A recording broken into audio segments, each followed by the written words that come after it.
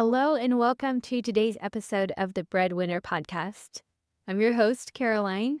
We're here to talk all things sourdough microbakery business. Today's episode is part 3 of 3, talking all about markets.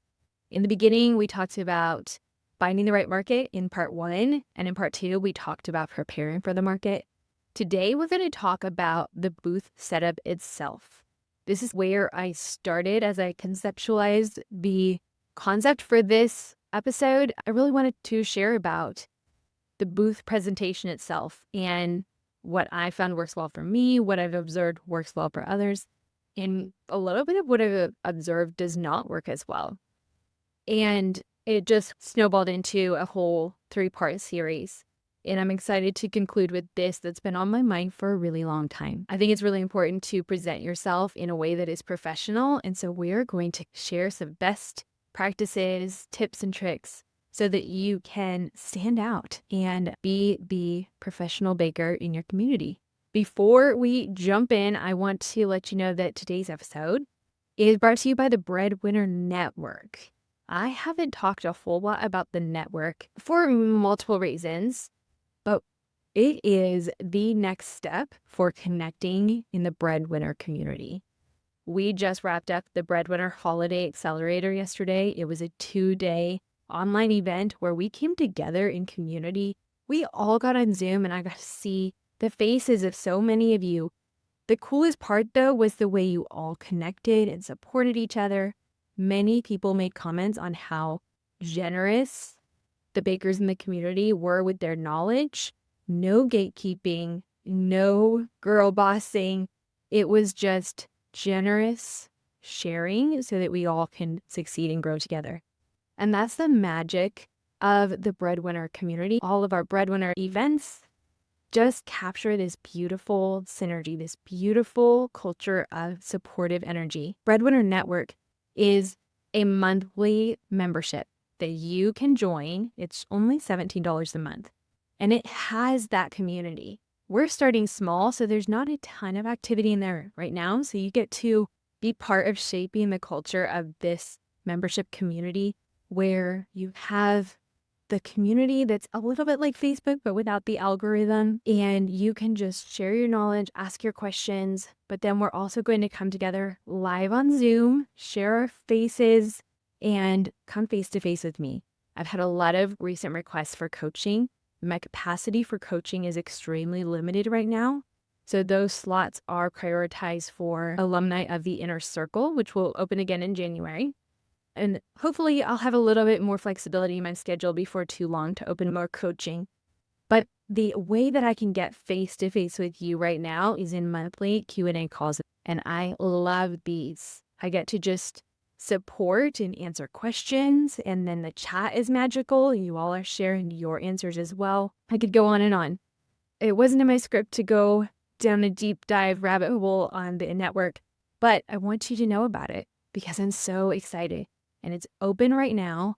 It will remain open, so even if you're catching this episode later, don't sweat it. This is not something that closes the doors and reopens. It's always going to be available. The price may increase. So if you are catching this later down the road, if you're listening in several months or a year, the price will not always be $17 a month. As the membership grows, as the value increases, the price will increase eventually. But right now you can lock in the lowest price that it will ever be.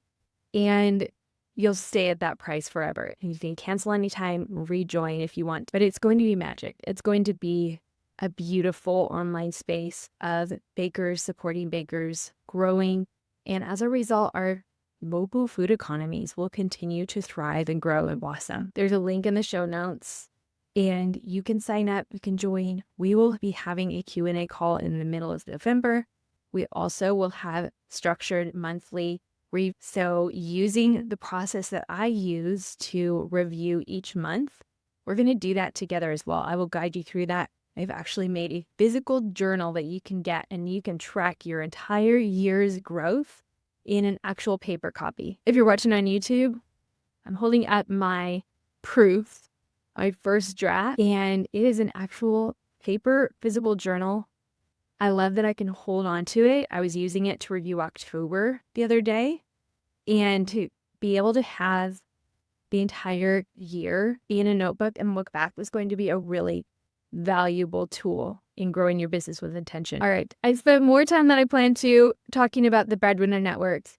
I hope you're excited as I am. I cannot wait to see this community just grow and blossom and support bakers all over. With all of that said, let's get started on today's episode, talking all about your vendor booth, your setup, best practices for selling, and standing out in a market that can be really crowded. So you probably walked around farmers markets and noticed that some booths feel really magnetic and others are really easy to just pass by. So today we're going to talk about booth setup, customer experience, and how to turn those browsers into buyers and then capture their loyalty and turn them into repeat customers. So when we start thinking about setting up a booth, it's really tempting to go onto Pinterest or go onto Instagram and start looking at all of the booth setup pictures and ideas and immediately get carried away on curating your booth. There's a part of that is great. You do want to consider how it looks, but I also think you do not have to go and sink a bunch of money into your setup in the beginning. You could start with what you have, keep it simple. It doesn't need to be fancy, but having it clean, uncluttered, and cohesive will go a really long way. So I've noticed that the booths with a simple neutral tablecloth versus the booths with a really cluttered, colorful, maybe a holiday themed tablecloth, it can be done well, but in general, it seems that I've observed that the booths with simple neutral tablecloth with clear signage, matching packaging, just a cohesive experience throughout, look instantly professional. The booths that feel mismatched, several different random tablecloths, maybe there's signage, maybe there's not, maybe it's handwritten. Again, all of these are broad generalizations. I've seen handwritten done really well, but I've also seen it done very sloppily. So people's eyes love order. When they come into a booth, they like to have a clear place to land, and they will like to be able to scan quite easily and get an idea for what is in the space. So clutter feels chaotic, it feels confusing, it feels overwhelming, whereas order feels calm, it feels intentional, it feels relaxing, and it feels like they can take in everything that's there and make a buying decision more easily than just becoming completely overwhelmed with all of the options. So you do not need to display all of your product at once. That is one thing that can make a table feel really cluttered, is if all of the products are out. So it's helpful to keep a stash in a bin underneath your table and then restock as you sell. But along the same lines, have more than one of each product out on the table as long as you still have product available. People don't love to feel like they're taking the last one of anything. Think about the last cookie on the plate. It lingers there forever because people feel bad taking the last one. So I would encourage you not to just have one of each item that you're selling on the table, but rather a selection, maybe a basket, maybe a bin, so that people can grab what they want and there are still more of the same item available for the next person who comes along. I keep signage really simple. I like the little metal chalkboards from Amazon. I have them linked in my farmers market favorites Amazon storefront, which I'll put in the show notes. So I just write the item and the price, and that helps lessen the number of questions that you get about price. There will still be people who ask you for the price even when it's right there in front of them, but having it clearly written in neat handwriting does not need to be perfect, but neatly displayed right in front of the product is really helpful. I encourage you to keep your signage cohesive but simple. Don't overthink it. I started with a couple of those metal signs that I got at Hobby Lobby. They're more expensive there than on Amazon, but sometimes it's worth it to just be able to drive down the road and grab a product rather than waiting for it to come from Amazon. I don't sweat having a lot of educational signage on my table. For one, I don't have a lot of extra space for it, and it would visually add some clutter. And secondly, I just like the conversation aspect of the education. So people ask me questions fairly often about sourdough, and that gives me an opportunity to engage them in conversation and educate them a little bit in a way that doesn't info dump too much, but it promotes that connection rather than just having a sign that they skim over and then keep going. As far as the large signage, I have a banner for the back of my booth that I hang up with bungee cords, and I got it printed at Walgreens. Walgreens can print a 8-foot by 2-foot or a 6-foot by 2-foot vinyl banner, and you can usually find a coupon that brings your total to under $30, and usually it'll be printed in the same day. It's incredible. It doesn't need to be overcomplicated. I do love supporting local print shops, so if you have a great local printer, check with them. A lot of times their prices are really reasonable, and when I have the opportunity to support someone local, I like to choose that. But again, Walgreens can be really quick and uncomplicated and simple. So if you just need something quick in the next day or two, that's an option to consider. When you are setting up this surface of your table, think about adding a little bit of very height. Again, don't go out and buy a lot, but if you have a cute little wooden stool at home, or even just a collapsible cooling rack, that's what I used initially, those 4-tiered collapsible metal cooling racks. I use that to add height on my display. People, again, they like order and calm, but also some varied height can help break up the monotony and give their eye a place to land. So the cooling racks are simple, little stools. I have upgraded over time and added on little by little, and I use a couple of collapsible bamboo shoe racks. They fold flat, so they're great for hauling to the market. And then they give a lot of height to my display, which allows me to display more product without cluttering up the table as well. That was one of the questions that I was asked when I invited my Instagram listeners to ask me questions about markets when I was preparing for this episode. They asked about my display and my tabletop racks. The vast majority of the products that I use now for display on my table are either found things that I already had around my house or things that I got from Amazon. All of my favorites from Amazon are linked in the Amazon list that I mentioned before, down in the show notes if you're curious. I really like lightweight, collapsible, foldable racks. If you're on YouTube, you can see the shelf that's behind me. I got this one at HomeGoods, and this one actually folds flat too. These shelves fold out, and so it can collapse. That can be another great option to consider. This is about a 4-foot tall rack that just folds flat, and it has small shelves, but they'd be perfect for packs of cookies or things like that. I use this in the bakery to display merchandise sometimes, and I put it behind me so that the wall didn't look so empty for the video. One final note about my table setup is my point of sale system, my POS. I had some questions about this and I wanted to touch on it anyway.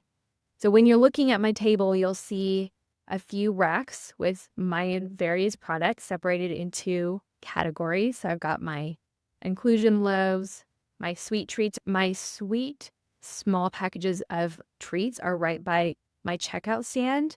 That checkout stand in the grocery store concept where people are likely to just grab one impulsively. And so I put them right there. As they are checking out, they tend to grab a bag of cookies or a box of a brioche roll or something. And then my POS system. I use Square. I like it because it's simple. It integrates well for online orders. I have the Square stand, and it works with an iPad, which I already had. The stand itself is $150, and then you have to have the iPad additionally. I love the customer experience for it because it feels really professional and feels fancy. It spins around, and they can tap their card while I'm bagging their order, and it makes things more efficient. It's less clunky than the tap to pay on the phone, which for me, always I struggle with it. I have a hard time getting the card in the right spot, but I did start with that. I started with the iPhone without even the swipe attachment, just the tap to pay. And then over time, I upgraded to the Square stand to simplify and just have a more professional customer experience. But you can start simple again. With Square, the phone version of the app allows you to tap cards on there to collect payment, and that part is free. There are standard credit card processing fees, but you don't have to pay anything for the tap to pay service. And then they have a couple of other devices that you can invest in as well, and multiple different pricing tiers. I have a code for Square down in the show notes as well, and I believe it gives you a discount on equipment, or it waives your credit card processing fees for the first $1,000 of sales. I'll drop that down in the show notes. If you are looking for a point of sale system, I'm really happy with Square. It's been cohesive. It's been easy to use. I will say I transfer all of my money from Square into a separate banking account. I do not recommend banking inside of Square, even though they do have that option. It's messy. It's really hard for reporting. It's really hard when it's time for taxes for your bookkeeper, your CPA to utilize that data. It doesn't talk to QuickBooks well. So side note, don't use Square banking. Transfer your money out of Square. But Square as a POS is great, and I'll use it here in the store as well. Now that we've talked about setup, and again, just to recap, the thing I want you to know most of all is that you do not need to buy a ton of stuff right away. Add little by little, but start with just a simple neutral tablecloth, a folding table, and I do like having a stool. That's going to lead us into the next part of booth etiquette presentation. But I like sitting on an elevated stool rather than down low on a chair because it brings me up closer to the eye level of my customers. Most of the time I'm standing anyway, but sometimes after a long bake day and getting up early, I just need to sit. And so I have just a foldable stool from Walmart. They're inexpensive, and I pop it up right behind my table so I can just relax when I need to, and I need to get off my feet. So that leads us into talking about presentation, about how you present yourself at your booth, because your presence really matters more than your display at the end of the day. People will come into your booth, and if you're advertising sourdough, chances are they're going to come in regardless of what your booth looks like. I do encourage that simple, cohesive booth setup, but sourdough sells itself sometimes, and then your presence does the talking. So my encouragement to you is to not sit behind your table the whole time, but like I said, use a stool or stand so that you're closer to eye level when customers approach. Greet them warmly. But one thing I've really observed is people are more likely to enter your booth if they don't feel pursued. So best practice, what I've observed is as people walk by, I'm paying a lot of attention to their body language. Sometimes it's really clear that they're heading to another booth and they're not just meandering, looking at everything. They're on their way somewhere. I generally just let them pass. If we make eye contact, I'm going to smile. I'm going to say good morning, but I'm not going to try to bring them in. If they're meandering, going slowly, looking, as they pass, I'm going to say, good morning, how are you? And they respond, and usually they step in. Sometimes they don't, and they keep going. What I'm not doing is saying, sourdough, come get your sourdough. I'm not hawking my products because I find that turns off people more than it invites them in. All right, if you're on YouTube, losing light, so I had to turn on a light. So little change of scenery here. Large shadow, but let's carry on. So I've noticed the vendors shouting out what they offer. Maybe they're saying free samples, come get your free samples, or just in general hawking their wares feel less inviting. Unless if someone really wants that, they generally feel a little bit less inclined to enter. So try genuine, friendly.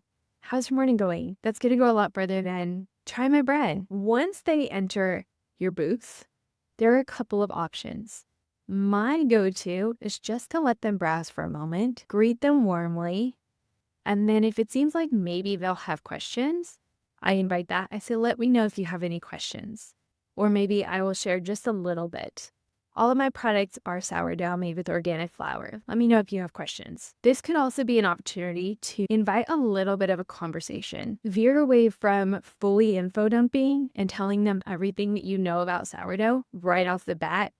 But if you feel like you want to educate, if you feel like you want to engage in conversation when they come in, a really gentle way to do that and allow them to steer the conversation a little bit is to say something like, have you tried our sourdough before? And that can lead into, oh yeah, we've had it before. I came to the market. I loved it. Or no, I haven't. And then if they haven't, you can use that as an opportunity to share a little bit. All of my products are long fermented and baked with organic flour or whatever makes you special. Maybe you have a tie to your heritage. My recipes are inspired by my Filipino heritage or anything else that you feel would really resonate, or it makes you different, or something that you just love to share. The vendor next to me is really good at this, and I've learned from her. She sells local honey, and she shares, as when they enter, she says, "Have you tried our honey before?" And now she offers samples, which I do not. But if you offered samples, when people respond, you could say, "Would you like to try a sample?" And that can lead into more and more conversation. She is excellent with the education side of it. And she tends to educate more people who enter her booth than not. And I've learned a lot just listening to her. So you could just gently, again, without info dumping, share little bits here and there. The fermentation of sourdough tends to make it more easily digestible for a lot of people, or whatever little bits you want to drop in there. Occasionally, you will have people who come in and they want to know more about sourdough. And this is your chance to get a little bit nerdy, again, without fully info dumping, but maybe they want to know about hydration percentages or types of flour. The majority are just there for a great loaf of bread.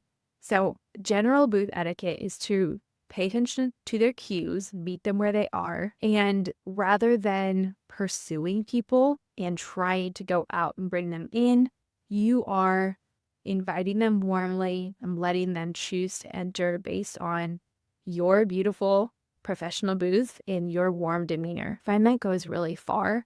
A lot of people will come into my booth and tell me that it looks professional, it feels warm, it feels inviting. And in a big part, I just let my presentation, both from my booth and my own demeanor, be the thing that invites them in. I also pay attention to my own uniform. I tend to wear a linen top, usually linen pants or maybe shorts or a skirt. Something fairly simple, but more or less the same from week to week. And then more often than not, I put my hair up and tie a bandana in my hair. It's a little bit of branding and a cohesive experience. So when people come back week after week, they're seeing someone who looks similar to the person they saw last time. If I had my hair up one week, down next week, hat on one week, off next week, if they're like me and not great at remembering faces, then if I look a little bit different every week, that's going to be harder to build that trust and that loyalty and that connection. Another side of presentation is thinking about how you are observed during the slow times. When it's slow, it's really easy to just sit back, kick back, maybe scroll on your phone, read a book. I do that sometimes. I'll pull up my phone, but I make sure that I can observe as people are passing by, because even if it's slow, there might be someone looking at you from across the market. And if you are in just rest mode and sitting back with a serious look on your face, just a relaxed, resting, but serious look on your face, that's not a very inviting look. So if you look occupied, pulled into your phone, or if you're not even in your booth, or your face doesn't look approachable, you don't have to be sitting there grinning the whole time.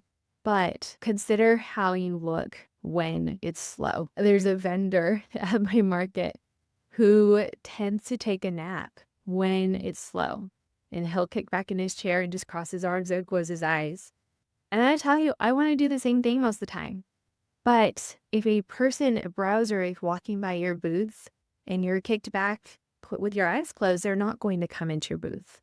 That doesn't feel welcoming and you're going to miss out on sales. So I am very mindful of those moments when there are lulls, because there will be lulls in the traffic. It's really busy in the beginning, it dips off, it gets another really big surge of customers usually, and then the last hour is usually quite slow, but there are still a very steady flow of people, just much slower. And I want to make sure that they still feel like they can approach me and I haven't just shut down. With all that said, on your presentation, let's talk a little bit more about engagement and touch on sampling too. Different states have different requirements and regulations around sampling, so make sure you know how that is, what the requirements are. If you decide that you want to offer samples, and if it is compliant in your cottage laws, it is up to you how you want to do this. I choose at my regular market not to do samples. I have enough regular customers that I know they're going to vouch for me, and it speaks for itself. However, if I go to somewhere brand new with people that I haven't reached before and have very little to no experience with my brand, I tend to bring some samples. And so I would cube up some bread and have it prepared, or little bits of cookie, so that people can get an idea of what my product tastes like. I do find that I do not need samples to sell my product, especially at my main market. Occasionally, maybe once a month, I get someone asking if I have a sample, but the question is very infrequent. And I just let them know, no, I don't have samples. And we just leave it at that. And that's okay. When you show up consistently and you have a great professional image, and then you have a loyal following who kind of markets for you, you'll find that the need for samples diminishes a lot because you have that word of mouth that's advertising for you. You have connection, you have the presentation of your own self, the way that you are building trust with the people who are coming in, and then just the presentation of your product is going to go a long way. But again, if you are selling at a new place, you might consider bringing some samples to get people comfortable with your product for the first time or two that you're there. So samples, while they have some merit in certain contexts, I find that they generally aren't really needed, because rather than needing to convince people to buy, you're just serving people through something that's nourishing them. And over time, as you build up your presence in your market, your consistency is going to sell more than your samples will. That leads us into building repeat customers, because the real goal of markets isn't just selling out, but it is building the relationships. Because it's the relationships, it's that trust, it's long-term repeat customers who ultimately do sell you out and allow you to continue to thrive, because they tell their friends and their friends tap, and it becomes this ripple effect. So when people are seeing you consistently, they start to plan their week around you. They know that you need bread, and rather than go and pick it out at the grocery store on Thursday, they plan to get it from the farmer's market on Saturday. It becomes a rhythm, and that's how you turn one-time buyers into loyal customers. So my encouragement is to have a QR code or a simple sign-up sheet so that people can join your text list or your email list or come follow you on social media. Social media is great, but I do encourage you to try to capture their phone number for text or their email so that you have a way to get in touch with them rather than them just being able to see you on Instagram. I've talked a lot about building a text list, and if that is a newer concept to you, scroll back some episodes in the 60s where I talk about building a list. I'll try to find that episode and put it in the show notes. Another great way to grow is to connect with your local vendors as well. It's a great way to build repeat customers and just build trust. I always love to talk with the vendors who are my immediate neighbors, and especially if they're the same week after week and we can build a connection. For the last several months, I've been next to someone selling local honey, and it is just very synergistic, where especially with my granola, almost everyone who buys it, I let them know it's great with yogurt and her honey. And I send them, and they often go over and they grab some honey. And she also will other way around point people to get their bread to go with their honey. So the cross promotion, the support can go a really long way. And then those vendors will also share with the customers, their friends, and a lot of times the vendors will cover purchase from them as well. Same thing with the olive oil vendor. There's a couple who sells imported Sicilian olive oil, and we've developed that relationship and point people to each other's booths. So the vendors themselves become a really beautiful community. And that's one of my favorite parts of the market, to be honest, is that collective energy, the way that the vendors all interact and support each other. It's just really cool. Now, this wouldn't be a breadwinner conversation if I didn't tell you to build in some rest or to think about your own body. Market days are long, and they are the culmination of presumably 2 or more days of preparation, being on your feet, being exhausted, maybe not sleeping enough. So think about ways that you can protect yourself. On a very practical level, make sure you're lifting with your legs and not with your back. Lift with a squat when you're grabbing those heavy bins. Stretch your wrists. Drink a lot of water. Make sure you bring a snack. Stay hydrated. And if you're doing markets a lot, make sure you have a stool to sit on and shoes that support you. Take care of yourself, and if possible, build in a nap afterward. I love my aftermarket sandwich and then my nap. For a while, I was sharing on my bakery page the sandwich that I would make after the market, and people always commented on how they loved seeing that. We haven't had a microgreens vendor in a while, and so I haven't been making the same sandwiches, and I miss them. So if you're in the Bulverde area and you sell microgreens, please come to the market. All right, we are winding down, so I want to give just a quick summary recap. The highlights of your booth presentation begin with your setup. Keep it simple, keep it clean, cohesive, neutral, non-cluttered tablecloth, and then utilize what you have first at home for your display before you go and purchase a lot of products.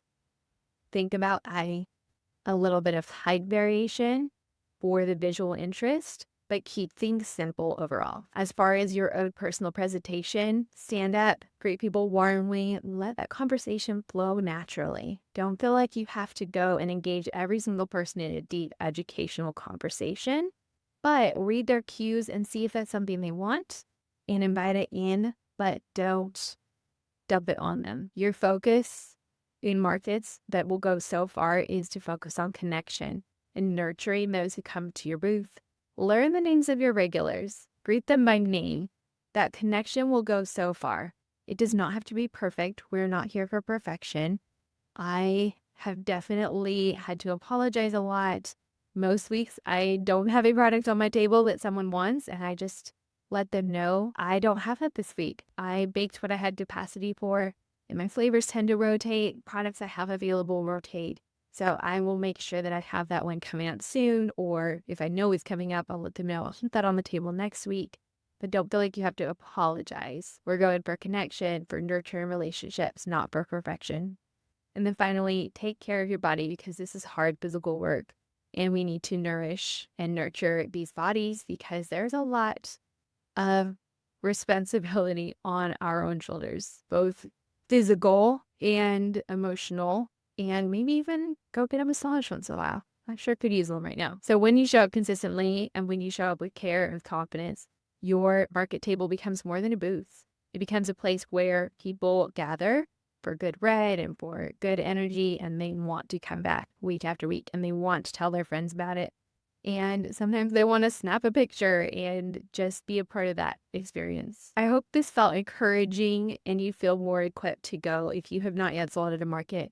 Or even if you have, maybe you have some new food for thought to help take you into your next market experiences. Whether you are selling at holiday markets for the holiday season, or you have a regular farmer's market, or you're planning ahead for when farmer's market season opens back up in your area. I hope this felt encouraging, felt empowering, and gave you some space to breathe and know how to take the next step forward rather than just get stuck in analysis and decision paralysis and scrolling and reading all the posts. I am cheering you on. I would love to hear or see your booth experience. If you are new to vendor events, tag me on Instagram. I'm CarolineBauer_sourdough, and that would make my day to see it. As always, I will be back soon with another episode. But until then, happy baking.